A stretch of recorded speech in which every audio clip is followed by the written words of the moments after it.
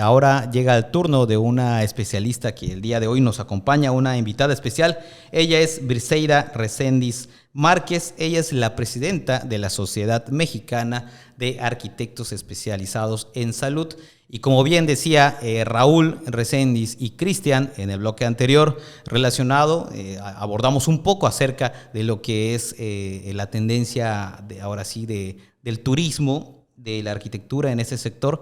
Pues ahora se quedan con esta invitada especial. Sigan con nosotros en esta segunda etapa del programa y les aseguro que no se van a arrepentir.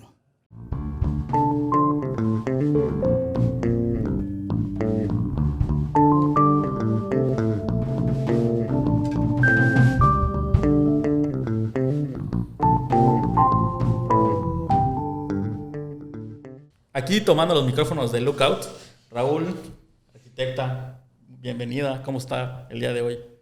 Muchas gracias por la invitación, a Iván, a Lookout. Por supuesto, me siento muy contenta de estar acompañada por Raúl, por ti, Cristian, para hablar de un tema que me apasiona tanto, que es la arquitectura para la salud. Pues el día de hoy estaríamos tocando la arquitectura de salud, Raúl. Aquí los dos especialistas en el tema. Yo estaré acompañando un poquito las ideas. ¿Y con qué partimos, Raúl, el día de hoy? Hombre, Cris, pues muchas gracias. Bris, encantados de tenerte acá. Realmente retomaría un poco de la invitación anterior en la cual estábamos justo hablando de la importancia y el impacto que tiene la composición arquitectónica en los proyectos inmobiliarios orientados a la salud, pero no solo eso, sino también la introspectiva que hay, ¿no?, detrás de cada diseño, de cada nuevo proyecto, ya sea para iniciativa privada o iniciativa pública, y la verdad es que encantados de que Bris, con su amplia experiencia, siendo presidenta del SMAES, que ahí me encantaría que brevemente, Bris, nos platiques qué es el SMAES y sobre todo cómo repercute el tema de la arquitectura orientada a la salud, tanto en tu vida y lo que significa para México como país y para las instituciones gubernamentales y privadas en el desarrollo económico. Muchas gracias. Pues son muchas preguntas. Antes que nada, SMAES es la Sociedad Mexicana de Arquitectos Especializados en Salud, la cual tengo la fortuna de presidir desde hace 2 años. Voy a estar un año más al frente de esta organización. Y pues esta sociedad se dedica a poder agrupar a especialistas en el diseño, la planeación, la construcción, mantenimiento, evaluación, puesta en marcha de unidades de atención a la salud. Y con esto lo quiero ligar al siguiente tema de qué es esto de la arquitectura para la salud. Creo que siempre que nosotros decimos arquitectura para la salud, siempre pensamos en los hospitales, en las clínicas. Y esto es parte de pensar en este tema de arquitectura para la salud. Sin embargo, el concepto de arquitectura para la salud va mucho más allá de un género donde se atienden las enfermedades. ¿Qué quiere decir esto? Que desde nuestro quehacer como arquitectos tenemos que solo no atender la parte de las patologías en los esquemas funcionales, en los modelos de certificaciones, en el equipamiento que debe de llevar un hospital, una clínica, un centro de rehabilitación, un laboratorio, en general muchos géneros que se van desarrollando, muchas tipologías que se van desarrollando este género, sino también pensar cómo es que desde la arquitectura vamos a coadyuvar a la pronta recuperación del paciente, cómo vamos a hacer también que quienes son parte del personal médico y paramédico tampoco se enfermen, ¿no? Porque también son personas que pasan bastante tiempo dentro de los nosocomios. Entonces, cuando hablamos de arquitectura para la salud, debemos de atender, sí, esta parte de la función, pero también tenemos que pensar cómo desde el diseño arquitectónico, desde el espacio, podemos coadyuvar a una buena habitabilidad, podemos coadyuvar a que hagamos espacios cada vez más humanos. Bueno, arquitecta, hoy que está de moda el tema de la salud después de una pandemia, llevábamos muchos años en México en temas de turismo médico, pero pues la salud está hoy en día muy presente a todos después de esta etapa de pandemia o pospandemia, o como lo queríamos manejar. Seguimos en pandemia, creo que todavía. ¿Cómo ha sentido la carencia de los hospitales en México, ¿no? Claro, mira, la verdad es que es un tema que nosotros llevamos hablando, si lo pensamos desde la sociedad Mexicana de Arquitectos Especializados en Salud, 31 años hablando de esto. Hay un déficit de camas hospitalarios muy grande si nos comparamos con un indicador que tiene la Organización Mundial de la Salud, donde nos habla que tenemos que tener una cama hospitalaria por cada 1,000 habitantes. Nosotros nos encontramos por debajo de ello. Y si lo comparamos con la OCDE, nos dice que tenemos que tener 4 camas hospitalarias para cada 1,000 habitantes. Todavía estamos más por debajo de esos indicadores. La realidad es que sí hay un déficit de camas muy importantes y hay mucho trabajo que tenemos que hacer en torno a planeación. Es decir, dónde tienen que estar las unidades de atención a la salud y qué enfermedades son las que se tienen que atender en estas unidades. Entonces, hay un trabajo muy importante para hacer, no solamente en la iniciativa pública, también en la iniciativa privada, y bueno, pues hay que hacerlo de las mejores condiciones, dando infraestructura de alta calidad, de equipamiento de alta eficiencia y sobre todo dando servicios que sean de mucha calidez para quienes ocupan las unidades de atención a la salud. Raúl, tú que has estado trabajando últimamente de la mano con la arquitecta, ¿qué principales problemas han visto que la gente no quiere atender o a los tanto salud pública, que son proyectos muy diferentes en salud pública, como iniciativa privada, qué dejan de atender muchas veces ellos o qué no quieren voltear a ver en ese sentido? Yo creo que más que no querer atender es como dista el proyecto original que atiende verdaderamente a las necesidades contra lo que se ejecuta y una vez ejecutado la operación. Entonces, voy a citar, por ejemplo, Brice, corrígeme, pero temas como las áreas quirúrgicas, ¿no? Todas estas intervenciones donde pues tenemos una zona de transfer, tenemos circulaciones muy bien definidas, tenemos una proyección en la cual tanto la central de enfermeras y cada tipo de usuario y operador tiene un espacio establecido o preestablecido, y cuando viene la ejecución viene la optimización de espacios. Después, ya en las operaciones, pues cada uno le asigna en ocasiones usos distintos y se pierde. Entonces, yo creo que esto va mucho en cuestión de hábitos, educación incluso, y bueno, pues desde mi perspectiva es esta pérdida conceptual y materializable, ¿no? de la forma en la cual se concibe y se operan los desarrollos y proyectos orientados a salud.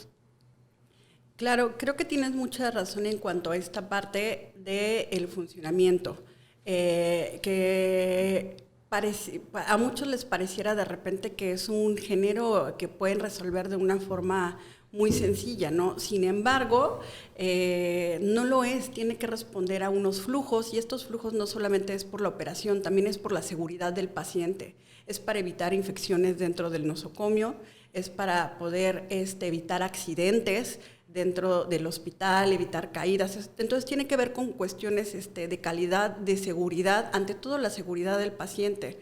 Entonces es muy importante no dejarlo de lado, es muy importante que entendamos esta parte de la operación, del equipamiento que se utiliza, de cuánto personal es el que atiende una sala de cirugía, ¿no? Hemos encontrado muchos espacios de salas de cirugía que no cumplen con las medidas mínimas necesarias, porque no están pensando que entra el anestesiólogo, quien va a hacer la cirugía, la enfermera instrumentista, la enfermera circulante, el paciente.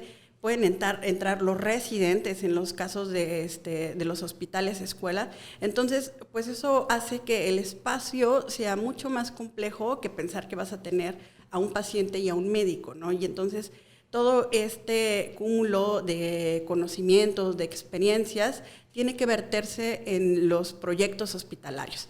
Eso por un lado. Por otro lado, cuando pensamos qué es lo que no volteamos a ver, creo que mucho de lo que no se voltea a ver es la parte de la medicina preventiva.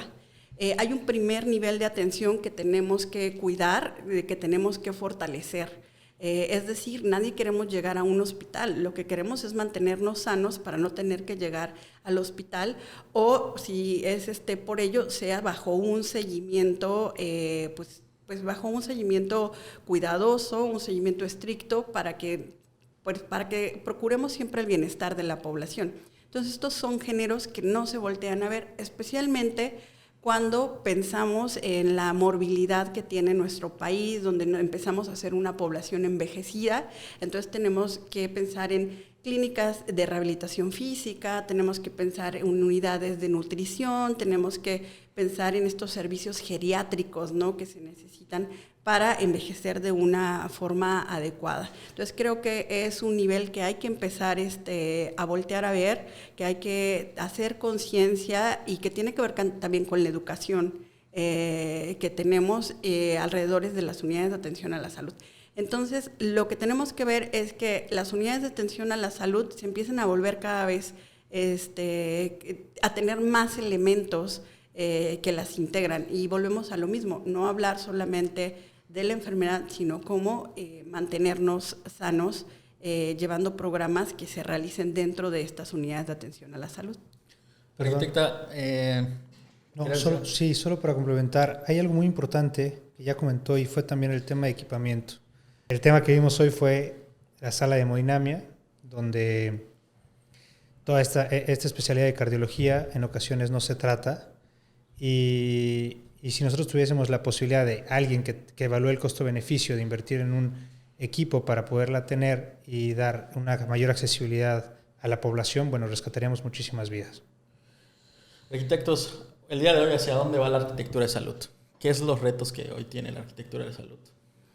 Ok, yo creo que, y lo estamos viendo por esto que sufrimos de la pandemia, el más fuerte de los retos es pensar en la flexibilidad que las unidades de atención a la salud deben de tener. Lo vimos ahora con la pandemia, muchas unidades tuvieron que reconvertirse y tuvieron que crecer también en su capacidad resolutiva. Es por ello que nosotros tenemos que pensar desde que estamos planeando nuestros hospitales cuáles son las características que debería de cumplir nuestra unidad, que tiene que ser modulada, que tiene que ser flexible, que tenemos que ayudar a que se pueda replicar, a que podamos optimizar nuestros recursos. Y todo esto tiene que ver con la planeación.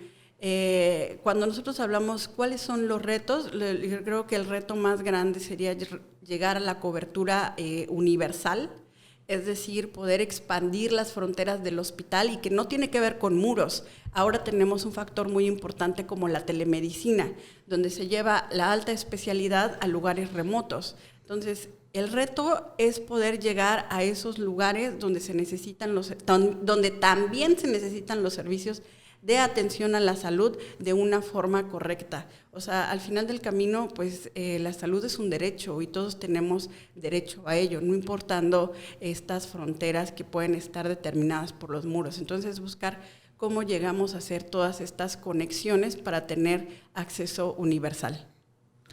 Bueno, que ahí el tema de las acreditaciones internacionales, yo quisiera hacer esta pregunta, Brice. Es muy importante que todos podamos entender cómo dista y dónde compaginan las acreditaciones internacionales como la Joint Commission y las normas mexicanas, ¿no?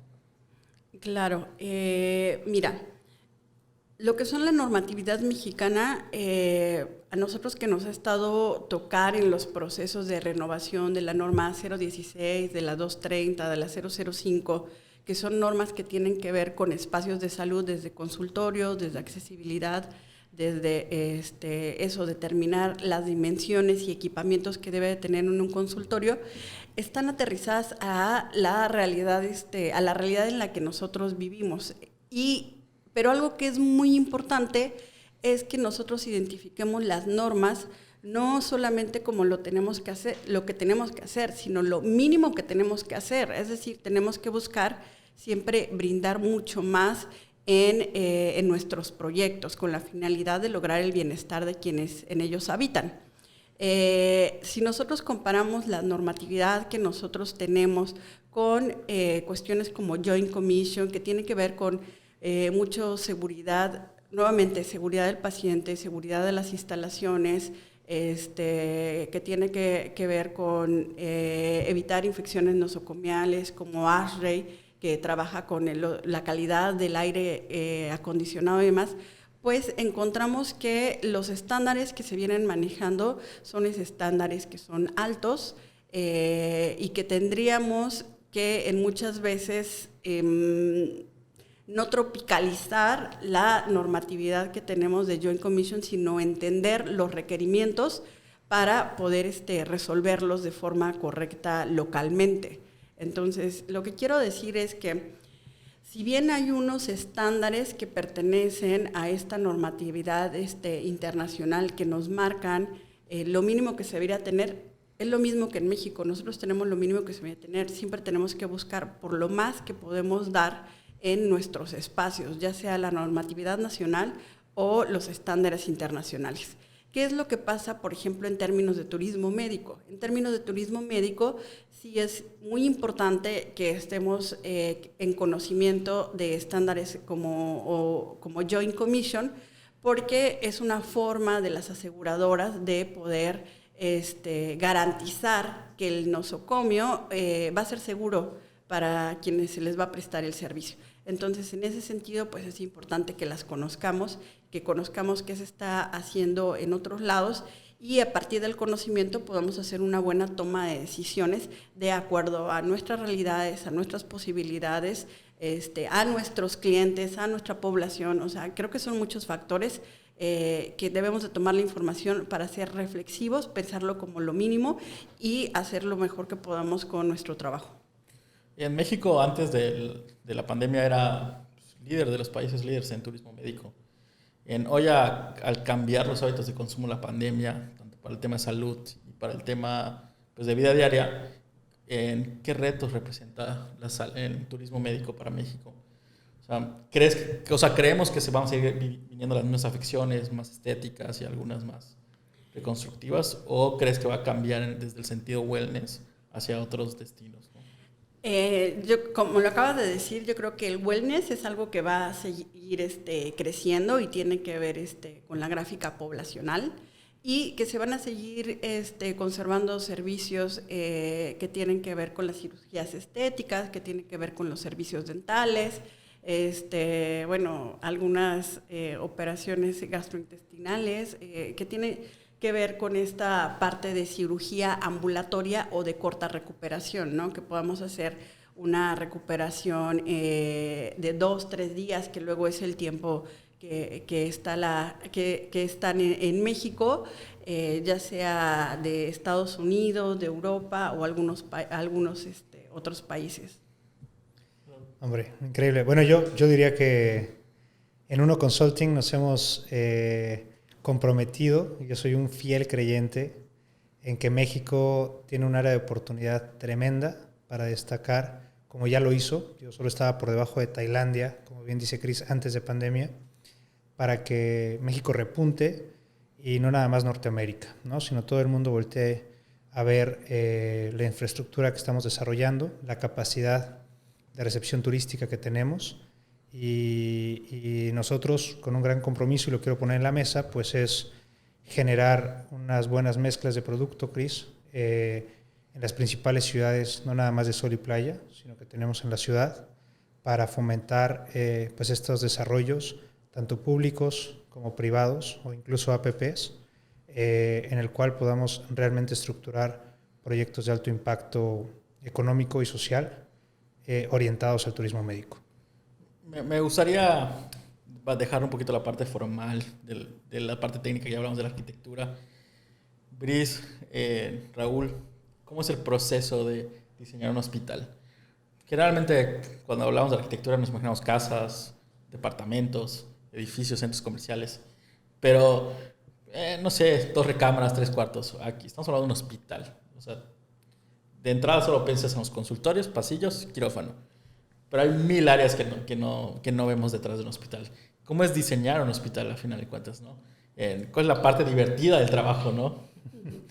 Bueno, yo creo que la parte divertida es como todo proyecto arquitectónico, que es que tenemos que entender el contexto, tenemos que, no solamente el contexto geográfico que tiene que ver con el clima, las vistas, la temperatura, esta parte pues que está presente no solo en la arquitectura para la salud, sino en general en la arquitectura, ¿no? Entonces, entender el contexto, la parte socioeconómica, inclusive conocer cuáles son los sistemas constructivos que se tienen, cómo es la cultura del lugar. Creo que no podemos dejar de hacer arquitectura, ¿no? Ya decía yo, arquitectura para la salud, sí, para un género en específico, pero la arquitectura debe de seguir presente. Tenemos que seguir pensando en cómo es que se va a utilizar el inmueble, cuántos usuarios tenemos, ¿no? Es decir, ahí se empieza a complicar un poquito más el asunto, a diferencia, por ejemplo, de una casa-habitación, donde piensas en una familia que ahora, bueno, las familias son muy diversas y puede ser mamá, hijo, papá, mamá, papá, etcétera. El hospital pues empieza a tener también muchas variantes, o sea, no solamente tiene al personal médico, tiene a las enfermeras, al personal de limpieza, está por supuesto el paciente, pero quien acompaña al paciente puede ser especializado en un género, es decir, puede ser para mujeres, un materno infantil, o puede ser solamente pediátrico, o puede ser por una especialidad de enfermedades respiratorias o para atención a cáncer. Entonces empiezas a encontrar como bastantes componentes que tienes que conjugar con la arquitectura. Todos estos componentes tenemos que dar respuesta a todas las necesidades de estos componentes, de quienes van a habitar el espacio y luego de qué vamos a atender en ese espacio, ¿no? Vamos a dar servicios de imagen, qué equipamiento vamos a tener, cuáles son los requerimientos de ese equipamiento, lo eléctrico, las instalaciones hidrosanitarias, el aire acondicionado, qué dimensiones tiene ese equipamiento. Inclusive tenemos que empezar a pensar en la logística, ¿no? Cómo se va a meter un equipamiento que tiene mucho peso. Entonces, yo diría que todo eso es lo divertido, porque empieza a ser un conjunto de muchos elementos que tienen que converger en un proyecto.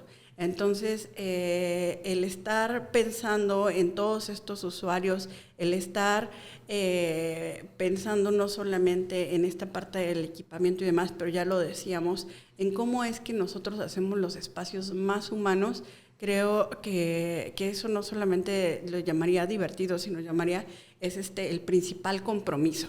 Y con esto a mí me gustaría aclarar esta parte de humanos, porque siempre pensamos vamos a hacer los espacios más humanos y lo relacionamos con lo humanitario, ¿no? Con lo bondadoso. Y lo que yo debería decir es que tenemos que diseñar de una forma humanitaria para hacer espacios humanos. Para humanos. Lo que yo quiero decir que como humanos, y más estando en una situación de vulnerabilidad como lo es en un hospital, pues vamos a tener sentimientos de alegría, como cuando nace alguien, pero también tenemos que despedirnos, ¿no? Y también vamos a tener que tener distintos duelos alrededor del hospital. Entonces, ¿cómo hacemos para que lo que nosotros estamos diseñando cumpla con todo esto que está enfocado en atender la enfermedad? Pero ¿cómo hacemos para que cuando recibimos una noticia en un consultorio no afecta al del consultorio de al lado? Tal vez el consultorio de al lado va por una cita totalmente diferente, ¿no?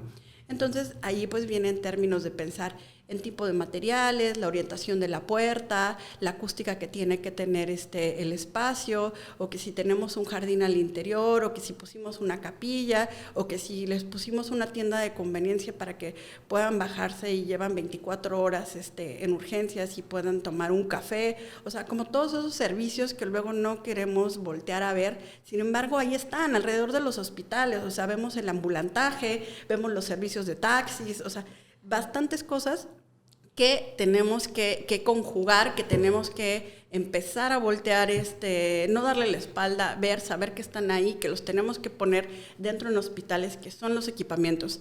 Entonces, es sí muy enriquecedor, diría yo, estudiar toda esta parte de la cultura, pero sobre todo yo creo que lo mejor de ser arquitecto especializado en la salud es ser observador, observar cuáles son las necesidades del hospital, y creo que platicar con la gente, platicar con los médicos, o sea, no hacerlo nada más porque así está la fórmula, ¿no? Sino toda esta convivencia para crear un proyecto. Creo que eso es lo que vale la pena, ¿no?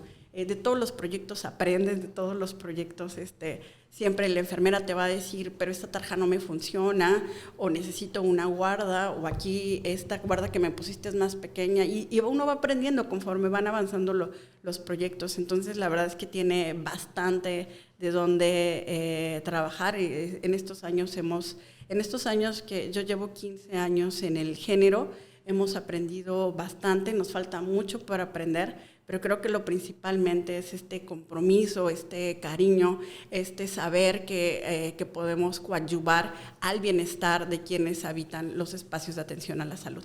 Raúl, belleza, funcionalidad y malditos reglamentos. O sea, generalmente terminamos batallando con normas. Sí, claro. En dependencias, COFEPRIS. Sí. O sea, sabemos que para una casa pues, está el reglamento urbano, pero pues aquí en un hospital no estamos jugando el mismo juego, ¿no? Y por eso benditas o malditas reglas, ¿no? Definitivamente. Entonces, generalmente ya terminas en el punto de belleza o funcionalidad. Digo que no creo que esté peleado, pero pues aquí es su punto de vista de ustedes. De acuerdo. Pues, mira, Cris, de la pregunta anterior que hacías de lo más difícil o qué es el diseñar un hospital, realmente a la cabeza solo vienen dos cosas. La primera es satisfacer al usuario, y esto implica el tema estético. No deja de ser arquitectura, no deja de importar la experiencia del usuario final, la experiencia de nuestro cliente, que normalmente no es el usuario final, es un desarrollador, es una institución pública, y por otro lado viene el tema funcional, y yo te diría que ahí está totalmente apegada a la normativa. Sin normativa, aunque sí hay muchas unidades médicas y núcleos hospitalarios operando, sin cumplir todas las normas, tenemos el terrible escenario y la terrible realidad, que no nos estamos apegando a una normatividad que no se hace para otra cosa más que funcione correctamente para cada uno de los participantes, ¿no? En el funcionamiento del día a día. Entonces yo te diría 80% función, un hospital, por algo es la unidad o el complejo arquitectónico pues más difícil, y 20% belleza, pero ese 20% hace la diferencia para las emociones, la transmisión de sensaciones y sobre todo la aceptación de las personas que habitan y que viven esa arquitectura. Bris, tenemos que seguir haciendo instituciones públicas no tan bellas, o sea, los hospitales. Yo más bien creo que tenemos que recuperar las instituciones públicas que veníamos haciendo. La verdad es que tenemos una generación de hospitales que son, yo diría, bastante bellos. Teníamos un GA González, bueno, que se demolió, pero tenemos el Centro Médico Nacional, inclusive con sus murales integrados. Creo que lo que tenemos que recuperar es esta arquitectura de valor que se venía haciendo.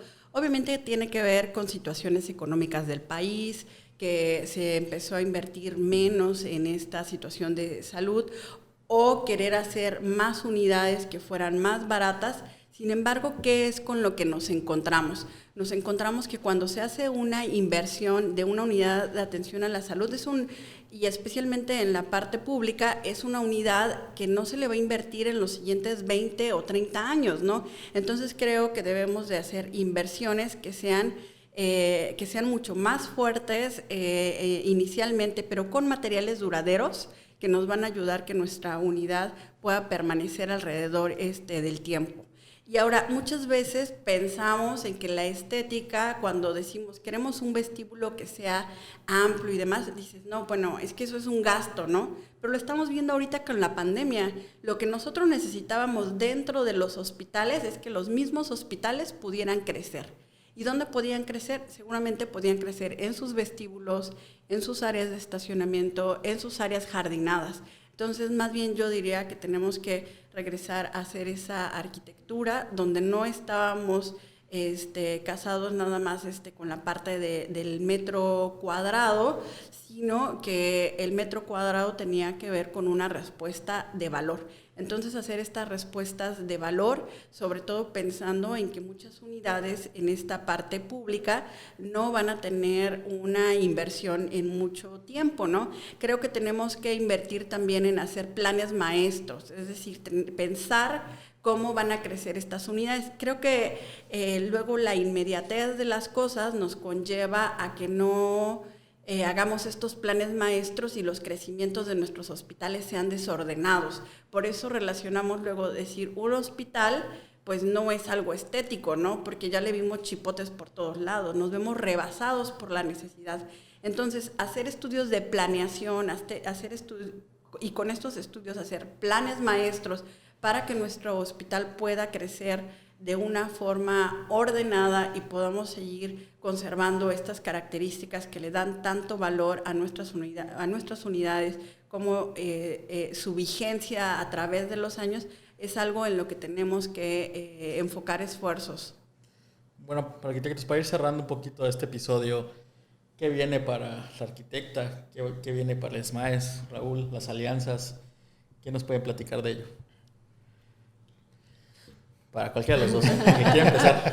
Que nos volteamos aquí a ver. Ya sé. Mira, yo voy a hacer algo muy importante y muy breve, y es, creo que lo que Uno Consulting, gracias a ti, Cris, gracias a este podcast, con la iniciativa de Iván, permiten es transmitir en general, no solo al público, sino a inversionistas potenciales, en que volteen a ver la tremenda oportunidad que hay en apoyar el desarrollo del país a través de la salud.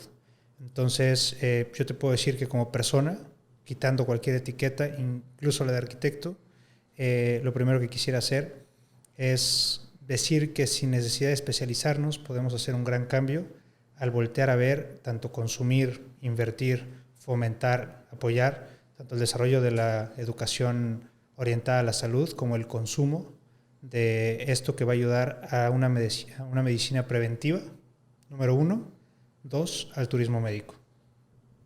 Gracias, Raúl. Claro, y yo ahora escuchando a Raúl, creo que lo primero que a mí me gustaría decir es que el género de infraestructura para la salud es un compromiso.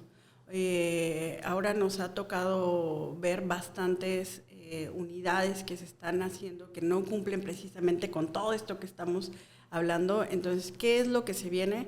Creo que se viene de seguir preparándonos, no solamente de forma personal, por supuesto, pero también como quienes nos estamos dedicando a hacer este género, seguir viendo cuáles son los avances tecnológicos que van cambiando, seguir volteando a ver cuáles son los requerimientos locales que se tienen haciendo estos planes maestros de los que estábamos hablando.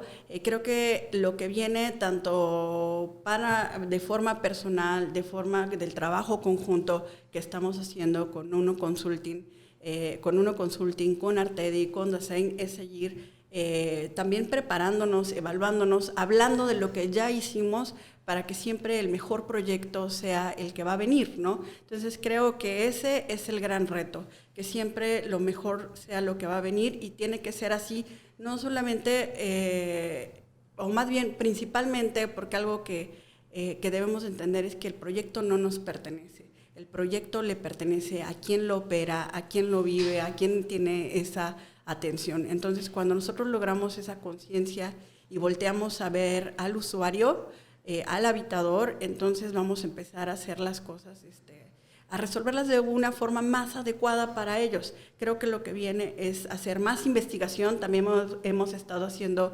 investigación de forma particular, pero también con SMAES, ahora cambiándome un poco la cachucha y hablando con SMAES, hacemos investigación desde SMAES, es decir, cuál es la habitabilidad que se tiene en una sala de espera, qué características deberían de tener, qué materiales se podrían utilizar, qué implementación del arte se debería de utilizar, cómo debe de ser la iluminación, cómo coadyuvamos con estas vistas hacia la naturaleza. Creo que ahí es un campo que tenemos que seguir empujando muy fuerte, seguir escribiendo artículos de divulgación, porque, repito, esto no es solo un compromiso hacia lo que nosotros hacemos en nuestro día, sino en cómo es que podemos permear a que esta información pueda servir para hacer las cosas cada vez mejor. Entonces, pues ahí hay un campo muy fuerte con la investigación, hay un campo muy fuerte con la autoevaluación, con seguir aprendiendo cosas nuevas de forma personal, de forma como empresas, que tenemos que seguir pues superándonos en el sentido de que podamos hacer que los servicios, los diseños que hacemos pues sean cada vez mejores, ¿no? Y entendamos el contexto de quién, para quién y cuál es nuestra finalidad. Raúl, para acabar, alianza de Uno Consulting con la arquitecta, con Artedi y con Dasein, no me quiero colgar la medalla, que es parte tuya, entonces no sé si quieres platicar un poquito de ello para ir terminando. Cerraría muy breve. Edgar, que desafortunadamente no está con nosotros. Edgar Hernández Constantino es un arquitecto que desde que tuve la oportunidad de ahí en el Respirador aprender de él, ¿no? dándome clase, que tiene una formación de uno de los principales protagonistas de la arquitectura para la salud contemporánea en México, que es el arquitecto Sergio Mejía Ontiveros. Él, como uno de sus principales discípulos, no tiene otra cosa en la cabeza más que hacer proyectos de alto impacto y fomentar el desarrollo de nuevos talentos, de nuevos arquitectos que nos especialicemos en este giro. Entonces, por mi lado, como ya lo sabemos, pues me gustó el tema inmobiliario, pero nunca dejé de lado la parte de la salud. Recuerdo muy bien que después de ganar un concurso, le dije a Edgar, arquitecto, yo creo que va a llegar el momento en el que nos toque hacer algo juntos. Primero sucedió con unas torres de departamentos también aquí en Mérida. Y bueno, pues más tarde que nunca llegó el momento de participar en un proyecto orientado a la salud. Y pues me llevé la gran sorpresa de que acompañado en su equipo de trabajo, bueno, estaba la arquitecta Briseida con toda la experiencia, bagaje y sobre todo la representación de una sociedad pues ya enigmática como es la SMAES. Arquitecta, muchas gracias por aceptar la invitación. Entonces, no sé si quieras agregar algo más y si no, pues nos vamos despidiendo el día de hoy. Bueno, pues a mí nada más agradecer, por supuesto, a todo este equipo que hemos conformado, porque creo que lo que nos ha unido o por la razón por la que hemos seguido trabajando es precisamente por este compromiso, ¿no? No solamente hacer las cosas pues por hacerlas, ¿no? Sino en realidad pensar en qué es lo que podemos aportar en cada proyecto, pues aprovechar para agradecerles esta colaboración y invitarlos a todos a que sigamos hablando de arquitectura para la salud. Pues ya la escucharon, la arquitecta Briseida Recendis Márquez, presidenta hoy de la SMAES. Y pues al otro muchacho ya lo conocen, Raúl Recendis Barragán, socio director de Uno en Guadalajara. Y un servidor, Cristian Canto, director general de la firma de consultoría Uno Consulting.